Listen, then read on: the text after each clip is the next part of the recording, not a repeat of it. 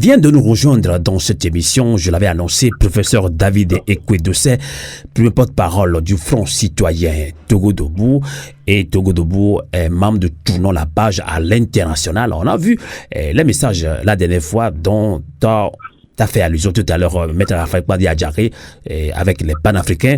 Bonsoir depuis Lomé au Togo, professeur David Ekwe-Dossé. Bonsoir Amos.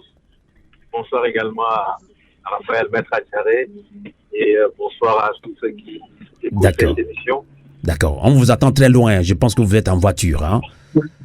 D'accord. Tout à fait. J'étais en train de dispenser un cours. Je viens de finir. D'accord. Bon, on va arranger un petit peu votre conversation parce que ça va s'améliorer, je pense. Alors, nous débattons de ce thème. La colère, grand social au Togo, la colère qui s'installe sur les réseaux sociaux.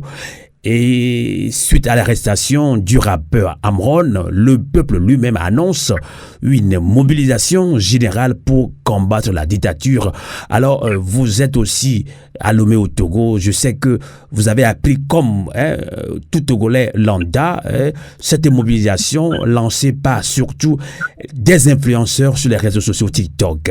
On nous demande que ce 6 juin prochain, nous devons réserver une surprise pour Fonasibé. Et pour beaucoup de Togolais, c'est la colère, l'indignation totale, mobilisation générale le 6 juin prochain, professeur David Ekwe-Dossé. Oui, en fait, j'ai écouté Maître Adjaré tout à l'heure en me connectant et je reprends là où il a chuté. Je pense qu'il a totalement raison lorsqu'il dit qu'aujourd'hui, en fait, la balle est dans le camp du président Faure Eswazimna Gnassingbé. Il y a eu, de mon point de vue, trop de situations venant de la part du régime qui ont tendu l'atmosphère sociopolitique dans notre pays. Déjà qu'au plan économique, les difficultés sont extrêmes. Je ne vous rappellerai pas ces Togolais qui étaient obligés d'aller sur des dépotoirs pour ramasser du riz pour pouvoir s'alimenter. Lorsqu'on parle des dépenses, le panier de la ménagère qui est totalement allégé, les frais d'électricité qui vont augmenter, etc., etc. Donc, au plan économique, je vous assure que les citoyens tirent le diable par la queue. La situation est donc extrêmement difficile.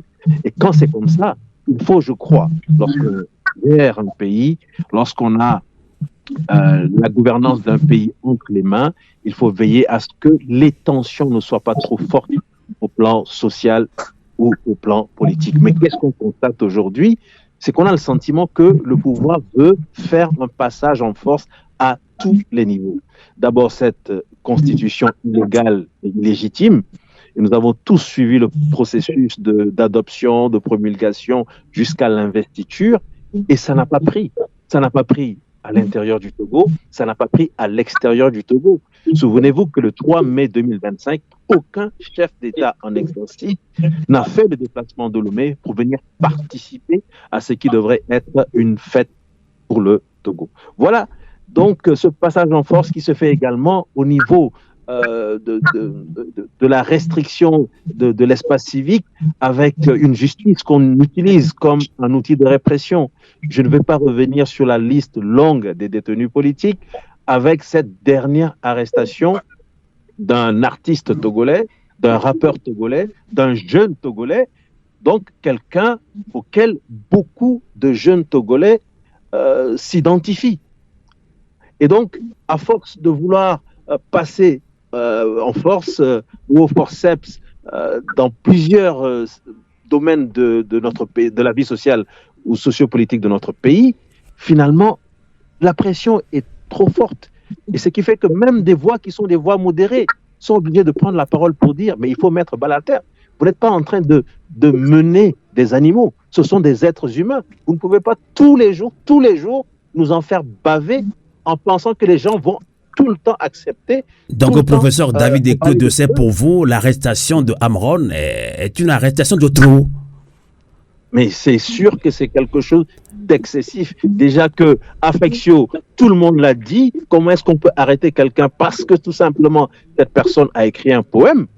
Et aujourd'hui, le pouvoir n'a pas compris qu'il ne fallait pas aller au-delà, mais qu'il fallait plutôt trouver des solutions pour apaiser la situation au plan sociopolitique. Et voilà que, au lieu d'apaiser la situation au plan sociopolitique, le pouvoir se dit il faut encore réprimer et on va arrêter le monsieur Amron. Et je pense que c'est naturel lorsque vous vous trouvez dos au mur, et le peuple togolais, à un moment donné, s'est trouvé dos au mur, avec cette justice instrumentalisée, cette chape de plomb, au plan économique, rien ne fonctionne. À un moment donné, le peuple se dit, mais non, mais ça ne peut pas aller comme ça.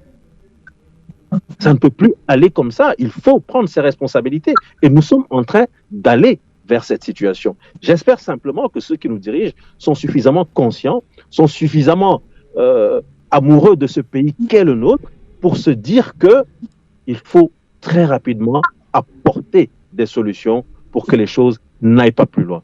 Donc, je me répète, je rejoins vraiment Maître Raphaël par rapport à ce qu'il a dit. La balle est aujourd'hui dans le camp du régime parce que, quoi qu'il en soit, un peuple qui se met en marche, je vous assure que on ne peut plus l'arrêter. D'accord. Et je pense qu'on est en train d'aller vers cette situation. D'accord. Professeur David Ekwe-Dossé et Atakpama Nindewa, auteur du livre La nuit est longue, mais la révolution vient, est passé tout à l'heure dans cette émission. Il a fait pratiquement 1 heure avec nous.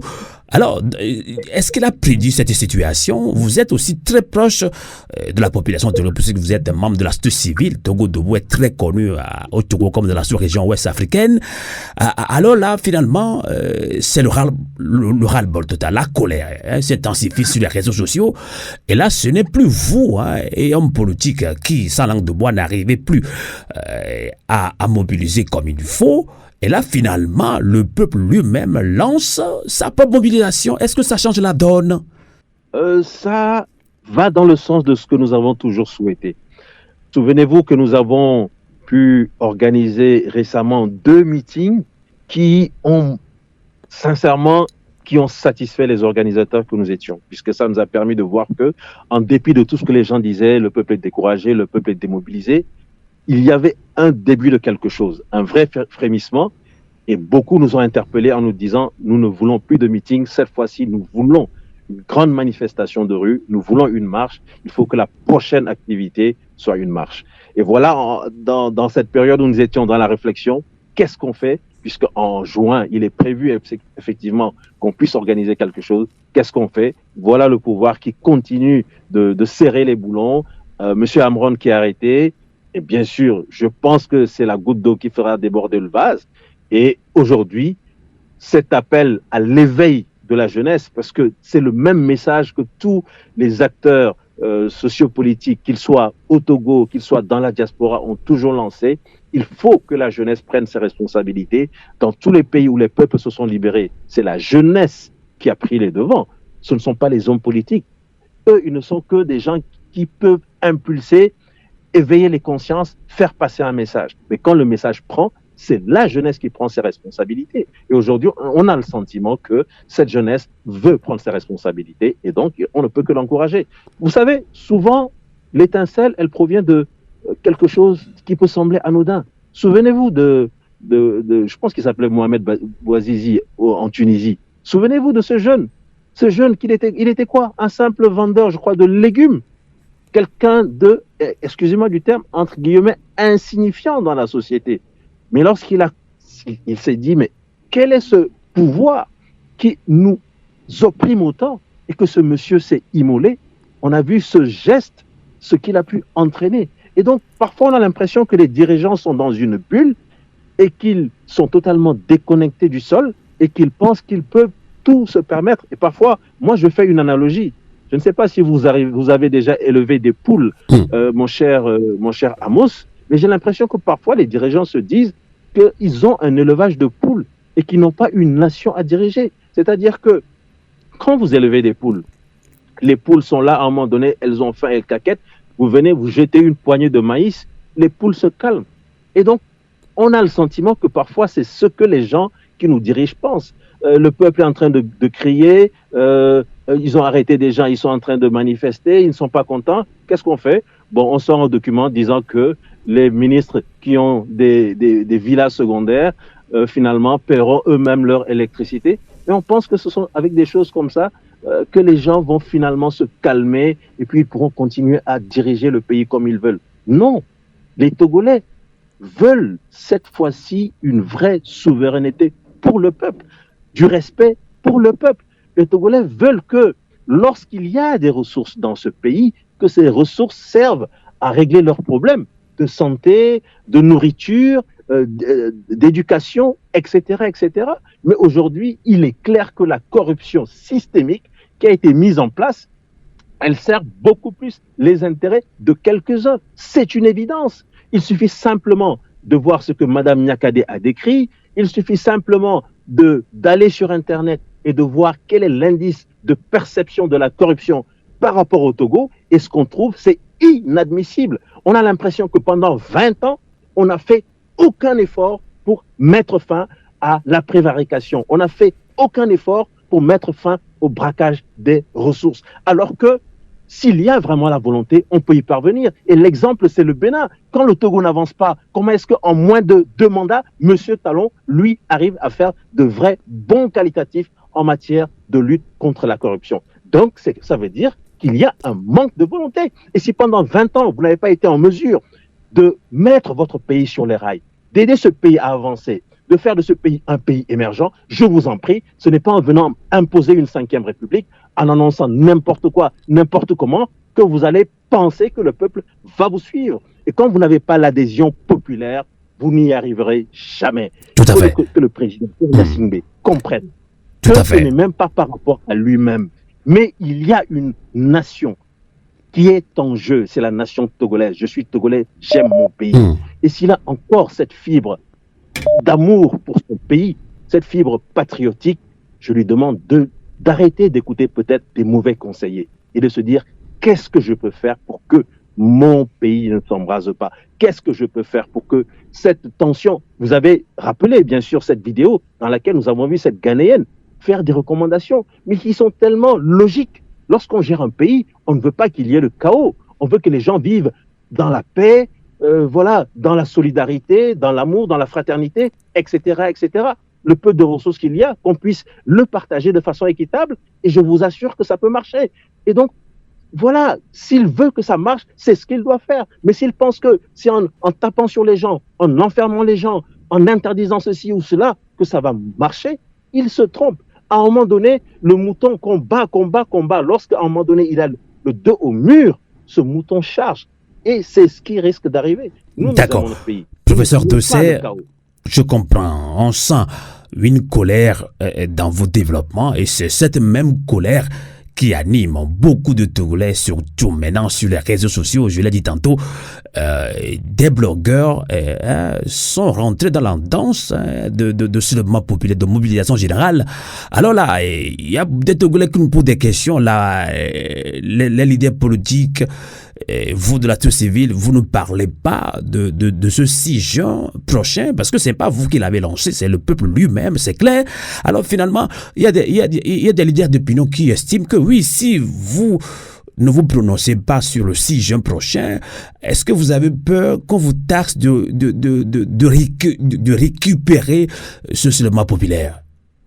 Pour le 6 juin, à titre personnel, je pense qu'il faut appeler à l'éveil à la mobilisation de la jeunesse, à l'éveil de conscience de tous les jeunes.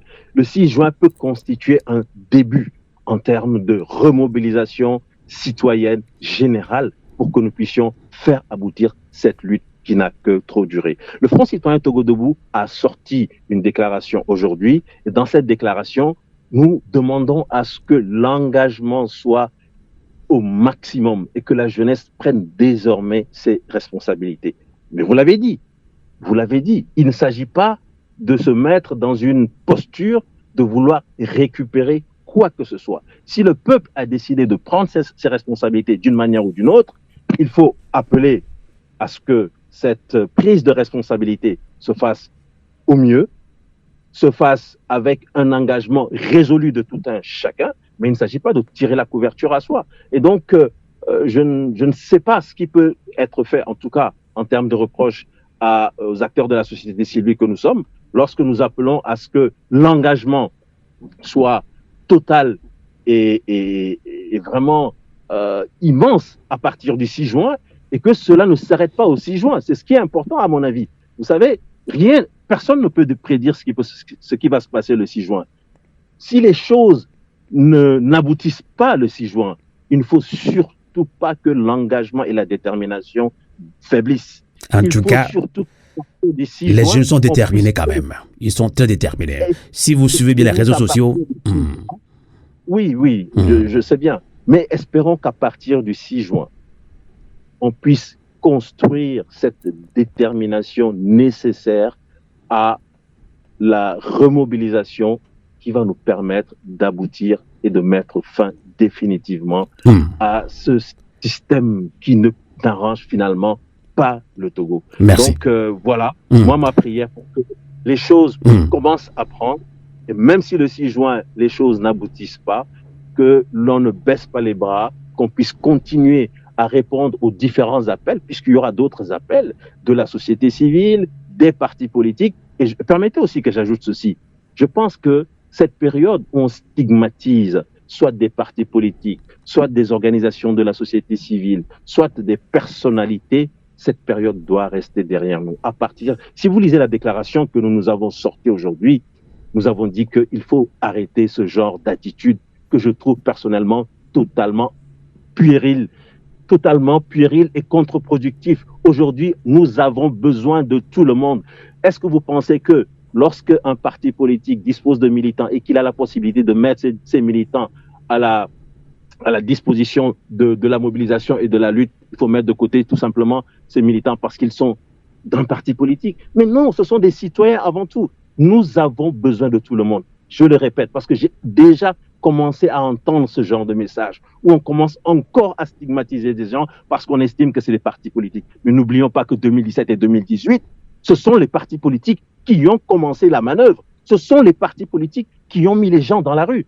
Je ne suis pas là pour défendre les partis politiques, mais ce genre de stigmatisation, ce genre de clivage, nous sommes sur le terrain. Nous savons que c'est contre-productif. Il ne s'agit pas de demander à un parti politique de tirer la couverture à soi. Il ne s'agit pas de laisser un parti politique faire de la récupération, mais de grâce. On n'en est plus à cette période où on doit stigmatiser, on doit indexer, on doit insulter qui que ce soit parce qu'il appartiendrait à telle ou à telle structure. En tout cas, ce n'est ni les partis politiques, ni la société civile qui ont lancé cet appel de mobilisation générale de soulèvement populaire. C'est plutôt le peuple togolais lui-même. Et ça a commencé par cette arrestation de Amron qui parlait déjà du 6 juin comme anniversaire de Faure Gnassingbé. Allons souhaiter un joyeux anniversaire à Faure Gnassingbé. Finalement, quand on l'a arrêté, le peuple a repris la main. Tout le monde est devenu Amron, surtout sur les réseaux sociaux. Et ça s'intensifie la colère et ça reprend.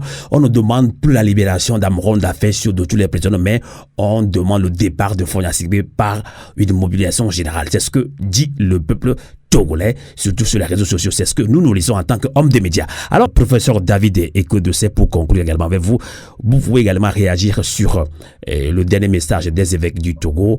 Et on parle de grogne sociale au Togo. La colère s'intensifie sur les réseaux sociaux et suite à l'arrestation du rappeur togolais Amron, le peuple lui-même annonce une mobilisation générale pour combattre la dictature sur tous les plans au Togo. Votre réaction également sur le dernier message des évêques du Togo et pour conclure cette émission. Merci Amos. Je peux baisser un peu la pression et la tension parce qu'effectivement, en tant que citoyen, je suis tellement indigné, tellement en colère face aux agissements de ce pouvoir. Vous savez, ça fait 1 an que tout le monde entier, posait la question de savoir, mais est-ce que le peuple togolais a pris vraiment conscience de ce qui est en train de se passer? Que sous d'autres cieux, ce genre d'agissement ne serait pas acceptable ou accepté. Et on avait le sentiment que le peuple togolais avait pris acte et qu'il s'était accommodé de cette situation. Nous étions convaincus que la frustration était là, mais qu'elle attendait de choisir son moment pour s'exprimer. Et aujourd'hui, le moment, je l'espère, est arrivé.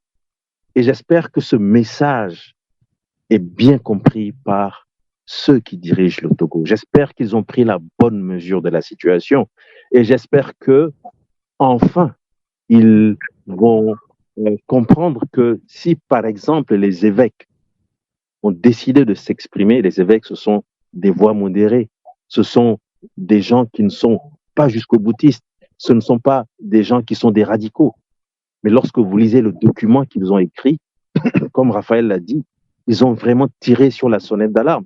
Ils sont en train de regarder le pays aller dans un sens qui inquiète toute personne consciente et toute personne éprise de bonne volonté. Et donc, par rapport à ça, nous, dans la déclaration que nous avons sortie aujourd'hui, nous saluons encore la sortie des évêques. Au-delà de ça, qu'est-ce qui va arriver à présent? C'est la question que tout le monde se pose. En tant que citoyen de mon pays, j'espère tout simplement que les choses vont changer. Ce système qui nous empêche de nous épanouir, ce système qui nous empêche de construire le Togo dans la sérénité, ce système dans lequel la justice est devenue un outil de répression, ce système doit s'arrêter.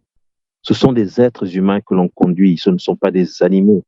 Et nous ne pouvons pas accepter qu'on nous manque de respect comme cela s'est fait l'année dernière avec l'adoption de cette constitution. Nous ne pouvons pas accepter qu'on nous opprime comme cela se fait lorsqu'on écrit un poème et qu'on se retrouve en prison, ou lorsque Affectio se retrouve en prison, ou lorsqu'un artiste comme Fadel, parce qu'il a chanté, se retrouve en prison, etc., etc. Nous ne pouvons pas l'accepter. Il faut que le président le comprenne. Il faut que ceux qui dirigent ce pays le comprennent. Une fois qu'ils l'auront compris, ils peuvent décider de continuer sur cette même lancée, la violence, la répression. Et dans ce cas, je pense que ça va être très, très difficile pour notre pays. Mais s'ils décident enfin de répondre aux appels de sagesse, on a rappelé l'appel de la Ghanéenne qui a demandé à ce que le président prenne ses responsabilités et qu'il fasse baisser la tension et qu'on ouvre peut-être la porte à, je ne sais pas, des discussions, mais en tout cas qu'on fasse en sorte que le peuple puisse comprendre qu'on veut changer de direction. Là, on pourra peut-être sauver la situation. Mais moi, mon appel, c'est à l'endroit de la jeunesse. Cette jeunesse qui enfin est en train de montrer sa capacité à faire changer les choses. Que cette jeunesse se mobilise, qu'elle soit déterminée, totalement déterminée, mais qu'elle se préserve pour pouvoir répondre à tous les appels, à partir du 6 jusqu'au moment où le changement sera obtenu. Il y aura certainement d'autres appels, parce que nous étions aussi en train de préparer un certain nombre de choses en tant qu'acteurs de la société civile. Je sais que des partis politiques sont aussi en train de préparer quelque chose. Je sais que les citoyens en général, eux-mêmes, sont en train de réfléchir et de s'organiser. Nous avons besoin d'une jeunesse forte et déterminée pour que, enfin, nous puissions arriver à faire aboutir cette lutte. La lutte togolaise a trop duré. Nous avons besoin de paix, nous avons besoin de démocratie, nous avons besoin d'état de droit. Vive la jeunesse togolaise, vive cette jeunesse déterminée qui veut prendre ses responsabilités. Merci. Merci, professeur David Ekwe Dossé. Je rappelle que vous êtes le premier porte-parole du Front citoyen Togo Debout, et Togo Debout qui est membre de Tournons la page à l'international. Ainsi prend fin cette émission. Merci de l'avoir suivi. Merci à vous qui avez tapoté, partagé. Merci à vous qui l'avez suivi sur Radio Canal K, sur Radio Avolete, votre radio de résistance. Et pour rejoindre cet appel lancé par le peuple lui-même après l'arrestation de Amron, une arrestation de trop. Avant ça, il y avait Affectio, il y avait Jean-Paul Omolo également et beaucoup de prisonniers politiques.